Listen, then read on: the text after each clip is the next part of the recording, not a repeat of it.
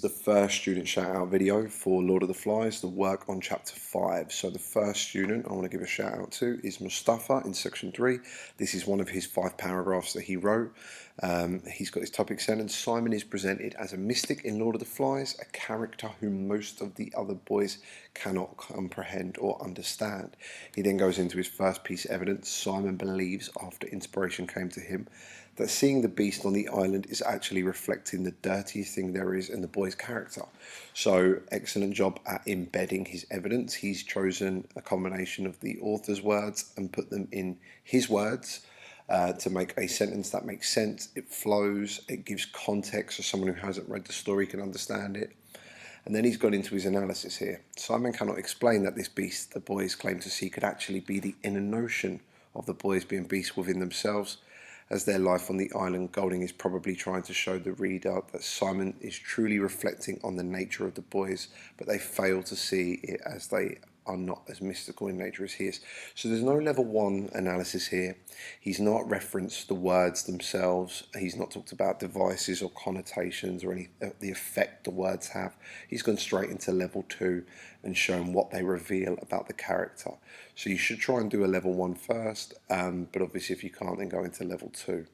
However, I'd argue to pick evidence where you're able to do a level 1 analysis. Then he goes into his next piece. Nevertheless, as Simon tries to convey his point, his effort fell about him in ruins, since he is incapable of communicating with humans and reflecting his spiritual thoughts to them. So he's got a transition. Again, he's embedded his evidence, so he's chosen the author's words and put them in his own explanation of the scene. Again, the context, who said what, why, when, where, to whom. And then he's analysed. Simon cannot explain his thoughts because he is young yet thoughtful of the world around him, almost like a saint. I believe Golding here is trying to foreshadow Simon's fate in the novel, failure to descend into savagery later on, and adhering to his mystical thoughts will lead the savages to get rid of Simon. So he's done a level 2 analysis here again, where he's revealed stuff about the character. One big problem Mustafa's done is he has used a personal pronoun. Avoid doing this. So he could have just put Golding is likely trying to. You don't need the I believe, okay? Then the third piece, Simon, when realising that the laughter beat him cruelly, starts to realise that no one will support his thoughts on the island and they will continue to mock him. The lack of understanding the boys showed to Simon is what leads him to go to a secret place in the forest alone and meditate. Golding probably shows the reader that Simon will not be able to survive the savage world of the island and thus will face a terrible fate. In sum, Simon has reached an understanding that savagery and animal cruelty can result in evil, and Jack is incorporating this evil and affecting those around him. So a really good paragraph. He's got 3 pieces of evidence all analysed. He's not done any level 1.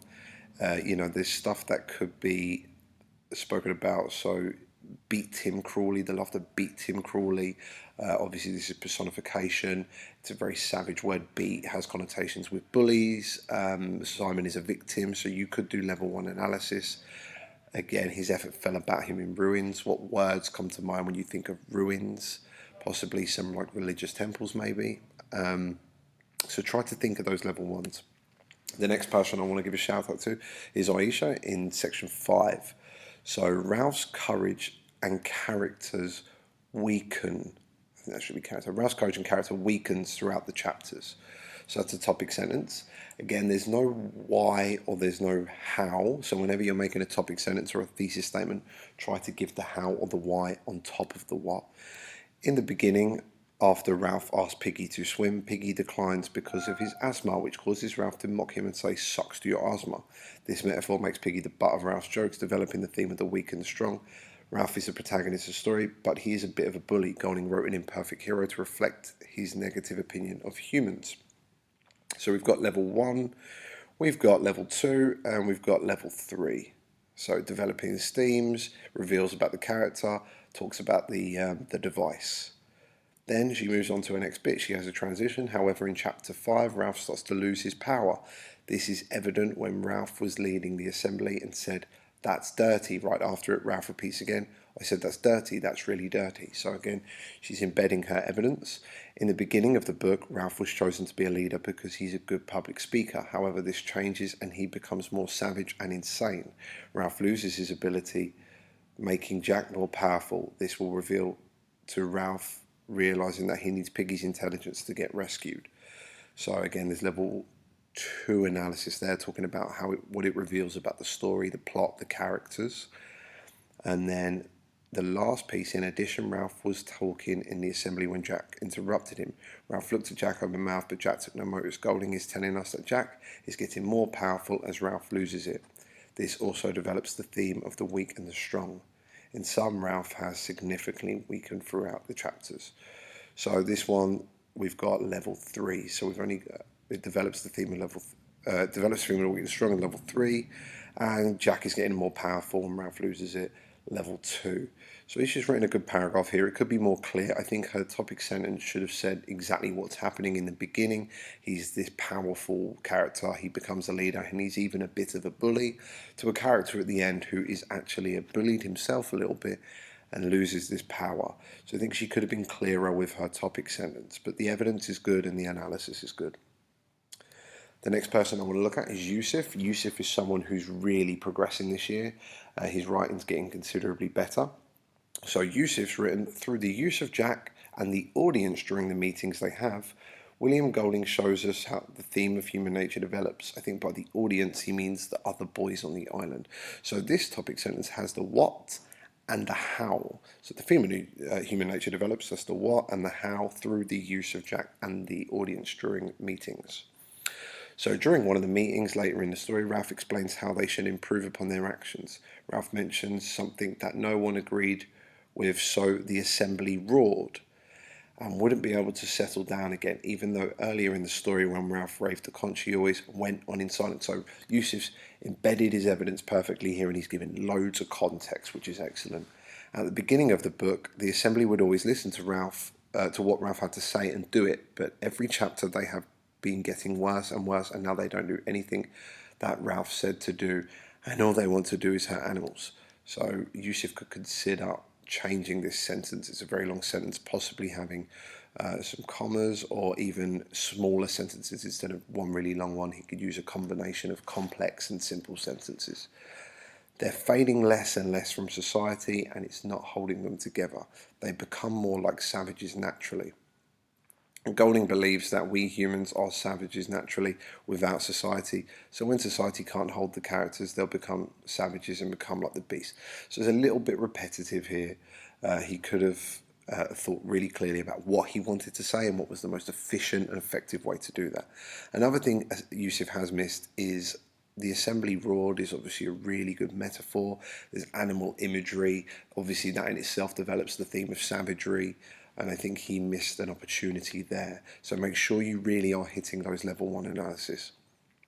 To show civilization isn't as powerful as it was in the beginning is that the conch, the thing that was called the meeting, was bleached near white. So there's a couple of errors in his sentence. Obviously civilization should be capitalized.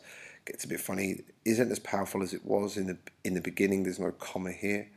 The conch, the thing that was used to call a meeting, was bleached near white.